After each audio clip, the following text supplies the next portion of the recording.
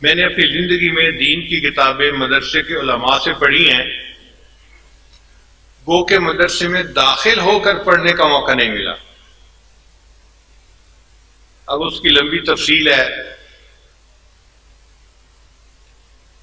بچپن میں مجھے بھائی نے مدرسے میں حفظ کے لیے داخل کروایا، تو میں نے پہلے 6 پارے مدرسے میں 2 مہینے کے اندر حفظ کر لیے۔ ذہین تھا، شوق بھی تھا، قاری صاحب میرے اوپر بڑے مہربان تھے، تو گرمی کی 2 مہینے کی چھٹیوں میں نے 6 پارے یاد کر لیے۔ جب چھٹیاں ختم ہوئی تو بھائی نے کہا کہ اسکول چلو۔ میں نے ضد کی کہ نہیں، میں تو مدرسے میں پڑھوں گا۔ اس نے کہا نہیں، اسکول پڑھنا چھوڑنا نہیں ہے۔ وہ اسکول میں ٹیچر تھے، مجھے زبردستی اسکول لے گئے۔ واپس آیا تو میں امی کے سامنے خوب رویا، اور میں نے کہا امی میں نے اسکول نہیں جانا، میں نے تو مدرسے میں پڑھنا ہے۔